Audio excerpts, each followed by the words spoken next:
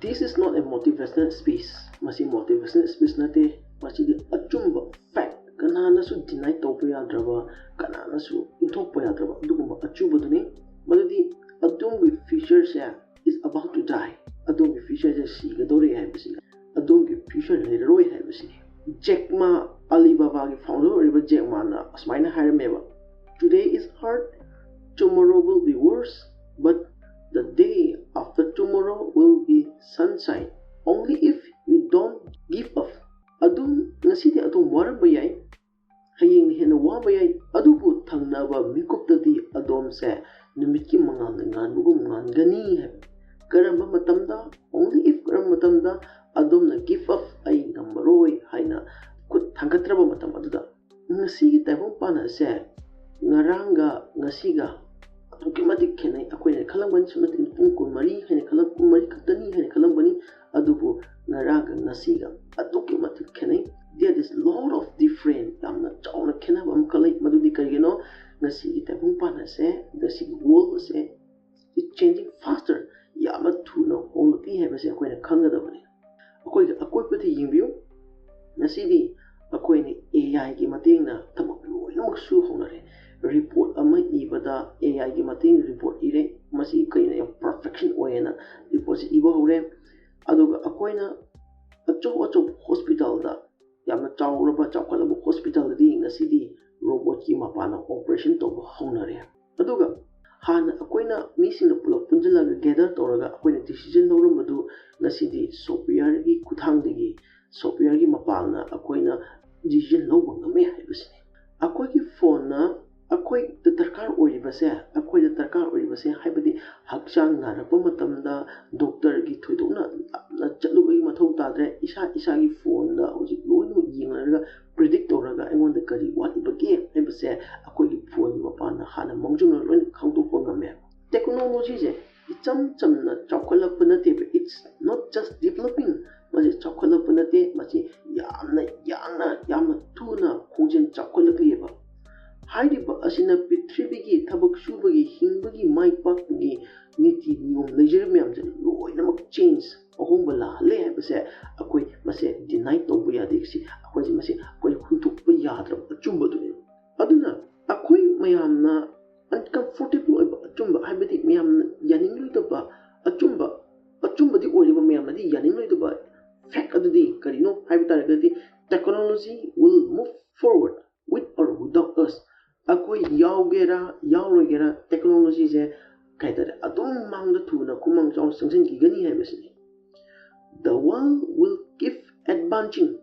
with or without you. Adom yaugera akoi yaugera yaurogera tabung panba se no magi chawkhala pilakani mai pak pilakani haibasini.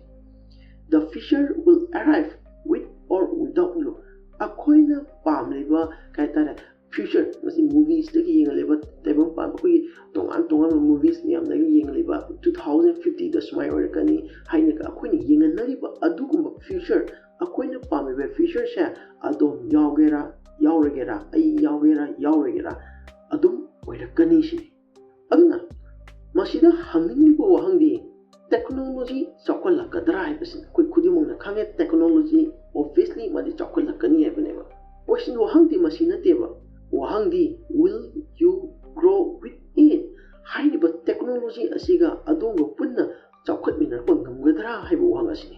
Maramdi tabong parba ase world ase moving fast. Yamna tuna yangna automatic akoi na kaitara haiba ngamda mongda tabong parba world ase automatic kumang yangna chawkhat ngi haiba asini. There is no room for those who choose to remain still. Haibitala aise karigumba amatta tawdana mobile phone yinglaga chak charaga tummaga mina hingnari haidana panghingda hingiba lairik tami haidana pangtamda tamliba aduguma mising adugidamakti nasidi tabong panba asida makoigi lefam leite haibasini mi ayamana haidoktaba openly haidoktaba adubu deny yadabadi tawroidaba adugumba achumba amaka akoi yam nainamina seba ayuk natakudingi millions mi mayamamo koi tumagol mayamamana mobile phone par scrolling chingka chinda yengeba makoi masana mobile phone adu entertainment masagi nungainaba mayam ama thireba mi mayam amana mai pakpa makhoi goal makhoi pandam ado achieve tawba phangba makhoi ureba adu kumba uba matamda kari makhoi kari phawba hataragadi they want success makhoi mai pakpa di pami adubu makhoi success mai pakpa adugi damakta sacrifice kathopudi mai masadi yaujadeba they want progress makhoi chawkhalapudi pami adubu makhoi kaitare comfort zone masaki nuai jaba aduguma jaga adudagi koi tholakpadi talleba they want a better life makhoi hena faba punsi mahing amadi makhoi kaitare leiba pameba adubu makhoi hanagi mai pa o yatraba maki hanagi hainabi do adude adum tawraga leibeba aduna makhoi da chawkhatpa leite makhoi da tamningbagi makhoi leite makhoi da anau idea wakolo putukningbagi apama makhoi da leite makhoi da discipline chang na henningbagi apama adudi makhoi da leiteba adubu makhoi na kari haina haijabugi haitare masada kari haina haibagebo aigi punsi je smai sum tawra loi gedori bara ai punsi se mi gi bimana ba ngamori da bara haina masada anu tap tawjaraga haibadi masada kaitare chaijaraga khanjaraga adum leba hairiba adugumba masana khanjariba pot adu ongtunabagi damaktadi masada kari ko amata thabak tawjadi haibasini mi mayam amana taba pamnaba achumba adu ai khara hajegeba madudi ka kino tare comfort is dangerous nuai bhaibase oji nuai thok bhaibase khudi thiningai neba adom ki nuai thok ase adom da wahali base adom kaweba adom ki nuai thok asina adom ki potential adom ki tawba ngam sakti se khajik tumin adom hato ri haibase koi khangbi ge dabne ba adom ki yam nuai jaba se kari no ba phamung da ngana changaga tumbadura kuina ayuk nda khakdegi nuaina tum leithopodura mobile phone paraga kai sagi aigi mobile phone da yawribu mai edu hek odugo handa kuri mobile phone adu yengbadubura adomna khangbigadabadi adomgi nuai tokliba aduna adomgi tungi punsi hayeng haibase hatokliba ni mana limit haibase adom kawbigano matam ama lerami kaino haitargedi typing toba koina typing toba si yam accuracy oina yam chumna typing toba si matam amadi yamna powerful oiba skill yamna maru oiba skill amani hai khutcha haiba amani haina koina khangnarameba adubu chinausing ngasiri AI gi mapalna yamna thuna yamna yangna yamna chumna yamna clear oina yam smartly oina ngasi AI gi mapalna adum gi typing je mo chili habise dum khanggadabane matam ama lerami kari habatare English khangba English haiba habise yamna kaidar yamna miyamna pamnaba ama English habise yamna pamnaba ama oirameba inkari no haitari ngasi English men amana wanga patamda translation darkar oiheba aduna English yamna darkar oibam oirame adubu ngasi di khanggadabadi chinausing AI gi mapalna haiba adum ki English ase yamna laina adumna apamba londa translate toba yare haibase aduna adumna karigumba asigumba hongliba asida tabung pamba gi technology no hongliba asida homngamdana hana ka chap manana adum laigiba taragadi chinausing adum ki bogut chinnaba AI leire haibase adum kawbigaloba adum ki opportunities mayamama mathang manganeba maramdi adumna tabung pamba asigi hongliba asiga adumga chusanaraga hingbagi apamba isabu growth toningabagi apamba isada leiteba aduna ngasidi tabung pamba asida world asida miyoi group ani ka khaidoi the learner habama the lazy habama the learner haisi kanano tamma ibuduneba mokoye ai chahi yamba yamdago mathau tade hawatlaga tamge anau skill tamge ai haitabu yade haina tamnabo punaribu group tu ama aduga amana the lazy nasagi mina tawngiriba adu yenge adubu ai tawjaroige haiba adugu group ama haina sumaina ngasidi tabung pamba je world je asi ani to na khaitueba every day limit khuding adom lawdibo decision aduna adom se ani siki manungda ama oiraknabagi macha ama oire ase adum kawbiganoba aduna Jack Ma gi yamna fajabu wari yumka mayam dali jage akoi khudimana masi YouTube ta loina tanaraba ngakani Jack Ma na kari haina haibagi haib taragadi Jack Ma se loi khangnaramni mayam Jack Ma haise China gi yamna ina khunba mi singe manungda ma ju ama oiribaneba adubu ma je yama matamda ma je rejected mayamna yadi haba yadi je kaino ma je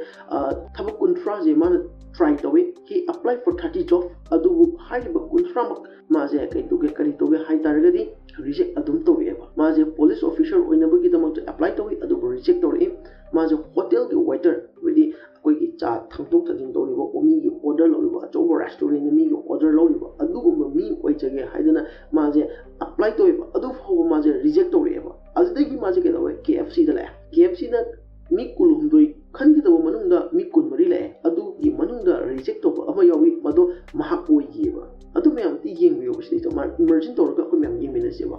mana kai kumba aise asma me am na yadraba tapak amata apply to bodum dai su ya yadraba ai ji kanadraba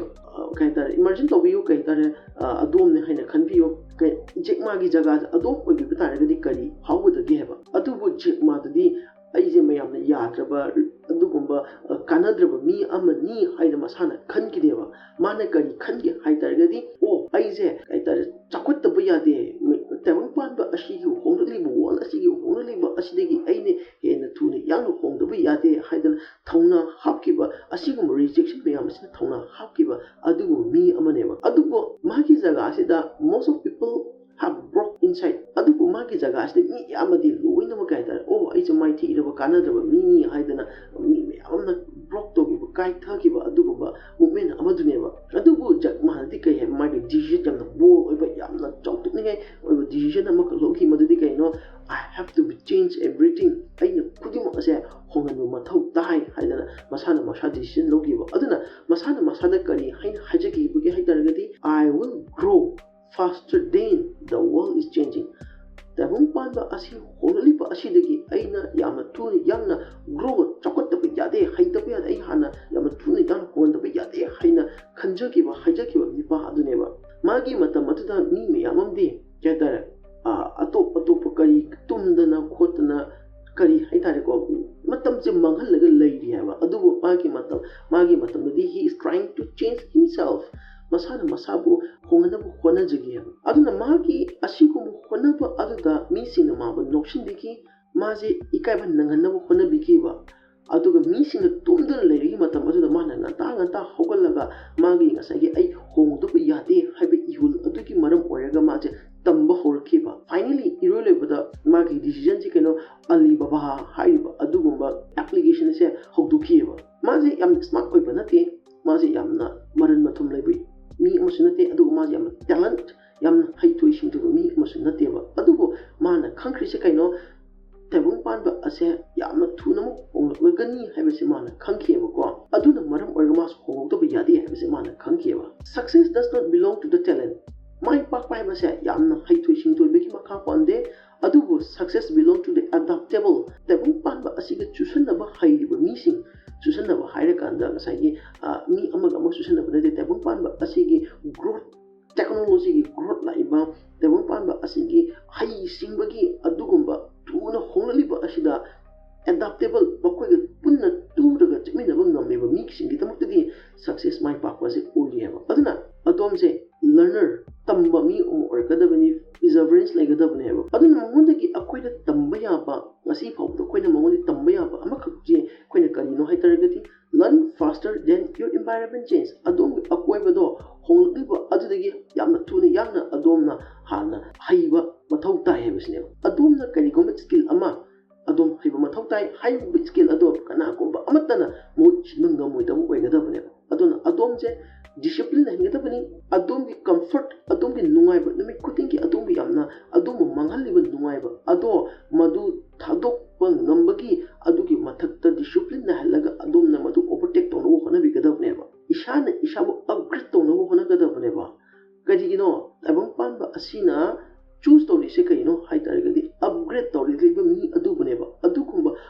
mashana mashabu upgrade tawriba mi singa do mi singa respect tong hem adu mobile phone ama hana pairamgani say for example Vivo V7 ka haider seba adugo ngasi di Vivo V7 ni hen ba yam thokrena mase company da upgrade version lakpadagini ba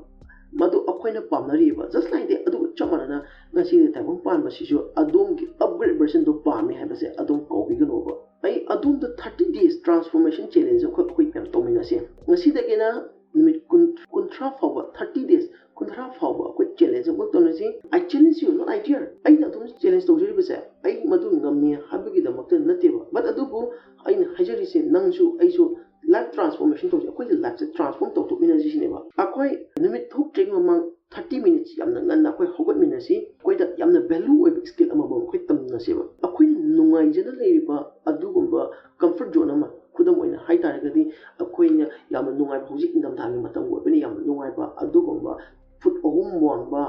food 5 ꯃꯈꯥꯏ ꯄꯥꯛꯄ food 6 ꯃꯈꯥꯏ 8ꯀ ꯁꯥꯡꯉꯤꯕ ꯑꯗꯨꯒꯨꯝꯕ ꯐꯃꯨꯡꯁꯦ ꯑꯩꯈꯣꯏꯒꯤ ꯐꯃꯨꯡꯁꯦ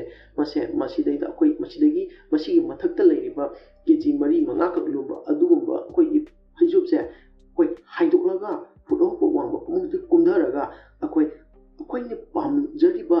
ꯀꯔꯤꯒꯨꯝꯕ ꯑꯃ ꯐꯪꯅꯕꯒꯤꯗꯃꯛꯇ ꯑꯩꯈꯣꯏ ꯂꯥꯏꯔꯤꯛ ꯄꯥꯕ ꯍꯧꯃꯤꯟꯅꯁꯦꯕ let's take action every day for our future ꯑꯩꯈꯣꯏꯒꯤ ꯐ꯭ꯌꯨꯆꯔꯒꯤꯗꯃꯛꯇ ꯍꯥꯏꯔꯤꯕꯁꯦ ꯑꯩꯈꯣꯏ ꯉꯁꯤꯗꯒꯤ ꯑꯩꯈꯣꯏ ꯊꯕꯛ ꯇꯧꯕ ꯍꯧꯁꯦꯕ ꯂꯥꯏꯔꯤꯛ ꯄꯥꯕ ꯍꯧꯁꯤ ꯄ꯭ꯔꯥꯛꯇꯤꯁ ꯇꯧꯕ ꯀꯔꯤꯒꯨꯝꯕ ꯈꯔ ꯑꯩꯈꯣꯏꯒꯤ ꯁ꯭ꯀꯤꯜ ꯈꯔ ꯄ꯭ꯔꯥꯛꯇꯤꯁ ꯇꯧꯕ ꯍꯧꯁꯤ ꯀꯔꯤꯒꯨꯝꯕ ꯃꯥꯏ ꯄꯥꯛꯈ꯭ꯔꯕ ꯃꯤꯁꯤꯡꯅ ꯇꯧꯔꯤꯕ ꯍꯦꯕꯤꯠ ꯈꯔ ꯑꯩꯈꯣꯏ ꯕꯤꯜ ꯑꯞ ꯇꯧꯅꯕ ꯍꯣꯠꯅꯁꯤ ꯑꯩꯈꯣꯏꯁꯦ ꯏꯝꯄ꯭ꯔꯨꯚ ꯇꯧꯅꯕ ꯍꯣꯠꯅꯖꯦꯕ ꯑꯩꯈꯣꯏ ꯍꯌꯦꯡ ꯉꯥꯏꯒꯨꯝꯁꯤꯀꯣ ꯑꯩꯈꯣꯏꯁꯦ ꯉꯁꯤꯗꯒꯤ ꯍꯧꯖꯤꯛꯇꯒꯤ ꯔꯦꯗꯤ ꯇꯧꯔꯒ ꯑꯩꯈꯣꯏ ꯄꯨꯟꯅ ꯂꯩꯃꯤꯟꯅꯁꯦꯕꯀꯣ ꯑꯗꯨꯅ ꯌꯦꯡꯁꯦꯕ ꯑꯁꯤꯒꯨꯝꯕ ꯃꯤꯀꯨꯞꯁꯤꯗ ꯑꯩꯈꯣꯏꯒꯤ ꯂꯥꯏꯐꯁꯦ ꯑꯩꯈꯣꯏꯒꯤ ꯂꯥꯏꯐꯀꯤ ꯃꯣꯃꯦꯟꯇꯝꯁꯦ ꯑꯩꯈꯣꯏꯒꯤ ꯄꯨꯟꯁꯤꯒꯤ ꯈꯣꯡꯆꯠꯁꯦ ꯀꯌꯥꯒꯤ ꯃꯇꯤꯛ ꯊꯨꯅ ꯍꯣꯡꯉꯛꯄꯒꯦ ꯍꯥꯏꯕꯁꯦ ꯑꯩꯈꯣꯏ ꯌꯦꯡꯁꯦꯕ ꯑꯗꯣꯝꯒꯤ ꯗꯤꯁꯤꯖꯟ ꯑꯃꯅ ꯑꯗꯣꯝꯁꯦ ꯃꯥꯏ ꯄꯥꯛꯄꯒꯤ ꯂꯝꯕꯤꯗ ꯄꯨꯔꯛꯀꯗꯕꯅꯤ ꯍꯥꯏꯕꯁꯦ ꯑꯩꯈꯣꯏ ꯀꯥꯎꯃꯤꯟꯅꯒꯨꯝꯁꯦꯕ ꯏꯁꯥꯅ ꯏꯁꯥꯗ ꯍꯪꯕꯤꯌꯨ ꯑꯗꯣꯝꯁꯦ ꯇꯥꯏꯕꯪꯄꯥꯟꯕ ꯍꯣꯡꯂꯛꯂꯤꯕ ꯑꯁꯦ ꯑꯗꯨꯝ ꯌꯦꯡꯗꯨꯅ ꯂꯩꯒꯗꯧꯔꯤꯕ꯭ꯔꯥ ꯅꯠꯇ꯭ꯔꯒ ꯏꯁꯥꯅ ꯏꯁꯥꯕꯨ ꯇꯥꯏꯕꯪꯄꯥꯟꯕ ꯍꯣꯡꯂꯛꯂꯤꯕ ꯑꯁꯤꯒ ꯆꯨꯁꯟꯅ ꯍꯤꯡꯅꯕꯒꯤꯗꯃꯛꯇ ꯏꯁꯥꯕꯨ ꯍꯣꯡꯍꯟꯕ ꯉꯝꯒꯗꯧꯔꯤꯕ꯭ꯔꯥ ꯍꯥꯏꯕꯁꯤꯅꯤ ꯏꯁꯥꯅ ꯏꯁꯥꯗ ꯍꯪꯕꯤꯌꯨꯕ ꯑꯗꯣꯝꯒꯤ ꯐ꯭ꯌꯨꯆꯔꯕꯨ ꯃꯥꯡꯍꯜꯂꯤꯕ ꯑꯗꯣꯝꯒꯤ ꯀꯝꯐꯔꯠ ꯖꯣꯟ ꯑꯗꯣ ꯅꯨꯡꯉꯥꯏꯕꯗꯣ ꯑꯗꯨꯗ ꯂꯩꯒꯗꯧꯔꯤꯕ꯭ꯔꯥ ꯅꯠꯇ꯭ꯔꯒ ꯑꯗꯣꯝꯒꯤ ꯃꯅꯨꯡꯗ ꯌꯥꯎꯔꯤꯕ ꯌꯥꯝꯅ ꯇꯧꯕ ꯉꯝꯕ ꯑꯗꯣꯝꯒꯤ ꯄꯣꯇꯦꯟꯁꯤꯌꯦꯜ ꯑꯗꯨꯗ ꯄꯨꯊꯣꯛꯅꯕ ꯍꯣꯠꯅꯒꯠꯄ ꯉꯝꯒꯗꯧꯔꯤꯕ꯭ꯔꯥ ꯍꯥꯏꯕ ꯋꯥꯍꯪ ꯑꯁꯤ ꯑꯗꯨꯝ ꯍꯪꯕꯤꯌꯣꯕ ꯑꯗꯣꯝꯒꯤ ꯃꯥꯏꯊꯤꯗꯨꯅ ꯂꯩꯈ꯭ꯔꯕ ꯍꯥꯟꯅꯒꯤ ꯍꯩꯅꯕꯤ